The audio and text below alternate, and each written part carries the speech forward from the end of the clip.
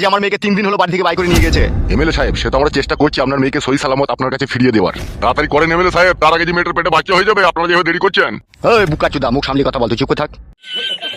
শুনো এমএলএ সাহেব, তোমার মেয়েকে যে বাড়ি থেকে বাই করে নিয়ে গেছে, আমার এলাকার মধ্যে থাকলে আমি ওকে ঠিকই বাই করে নিতাম, কিন্তু আমার মন বলছে ও কোনো গ্রামগঞ্জ এলাকায় ঢুকে পড়েছো। আর আপনি তো জানেন গ্রামগঞ্জে একটা মানুষকে খুঁজে বাই করা কত বড় একটা কষ্টের ব্যাপার। আমি ওসব শুনতে চাই না বাড়া, পুরো গ্রামকে গ্রাম ছাড় মারো, তার জন্য যত টাকা লাগে আমি দেবো। সে চেষ্টা তো আমি করছি। আমি শুধু সুইরের বাচ্চাটা লাশ দেখতে চাই, লাশ।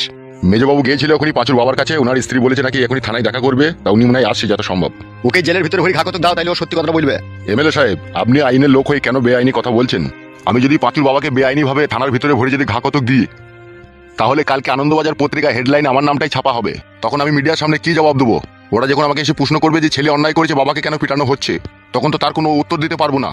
আর উপর থেকে যদি সেরকম আমার কাছে চাপ আছে, তাহলে চাকরি বাকরি ছেড়ে দিয়ে আমাকে বিবি বাচ্চা নিয়ে ফুটপাতে তিরপল টাঙিয়ে থাকতে হবে। এটা কেন আপনি ভাবছেন না? সবারই কথা ভাবতে